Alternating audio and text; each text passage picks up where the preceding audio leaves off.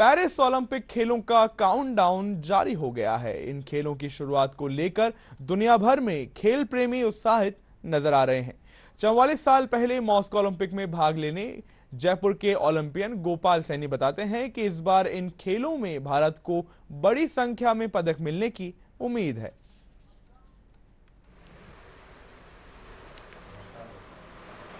गोपाल सैनी जी से, जो हमें ये बताएंगे कि ओलंपिक खेलों में किस तरह का फ़र्क है और इस बार के खेल जो होने जा रहे हैं उनमें हम किससे पदक जो है उनकी उम्मीद हम कर सकते हैं, क्योंकि 117 खिलाड़ी हमारे डेलीगेशन में शामिल हो रहे हैं। देखिए, मैं आपको बताऊं, अगर हम पहले की आज की तुलना करें तो उसमें क्या ज़मीन आसमान का अंतर है। पहले क्या है, जैसे खुराक से अपन स्टार्ट करते हैं तो पहले खिलाड़ियों को 50 रुपए की खुराक मिलती थी। जैसे स्पेशल डाइट के रूप में 2 पनीर के पीस या 2 मटन के पीस और ज़रा सी ग्रेवी मिलती थी। एक लिमिट में सारा काम होता था। हमारे यहाँ के कोचेज़ ही कोचिंग देते थे। कोई साइंटिफिक लैब नहीं था, कोई सिंथेटिक ट्रैक नहीं था। एक 82 के बाद में क्या है कि जब हम 80 में गए थे तो सिंडर ट्रैक पे हम प्रैक्टिस करके गए थे। दिल्ली एशियाड में जब 82 के बाद में सिंथेटिक ट्रैक दिल्ली में बना और एक पटियाला में बना। तो पहले मूलभूत सुविधाएं भी नाम मात्र की थी। खिलाड़ियों के लिए जो सिखाने वाले थे वो भी नाम मात्र के थे। लेकिन अब क्या है कि भारत सरकार ने इतना सब कुछ कर दिया है कि खिलाड़ियों को विदेश में ट्रेनिंग करवाती है। खिलाड़ियों को क्या है कि विदेश में ट्रेनिंग के साथ में इंटरनेशनल कोचेज़ को बुलाती है।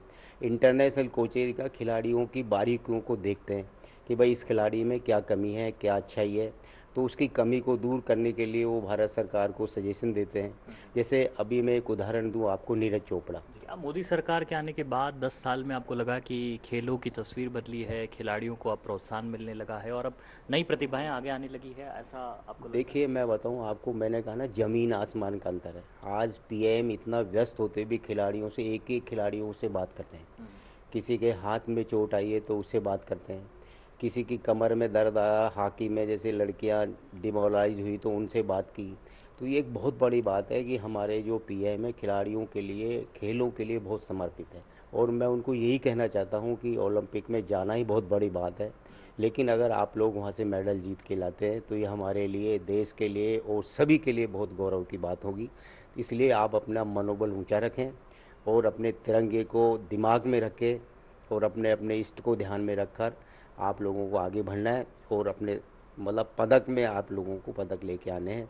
मैं यही उन खिलाड़ियों को एक संदेश देना चाहता हूँ। तो भारतीय खिलाड़ियों से काफ़ी उम्मीदें जता रहे हैं पूर्व ओलंपियन गोपाल सैनी, और उन्हें पूरा विश्वास है कि भारतीय डेलीगेशन है वो ज़रूर भारत की झोली में जो पदक हैं उनकी झड़ी लगाएंगे। कैमरा पर्सन केदार के साथ महेश दादीच, डीडी न्यूज़, जयपुर।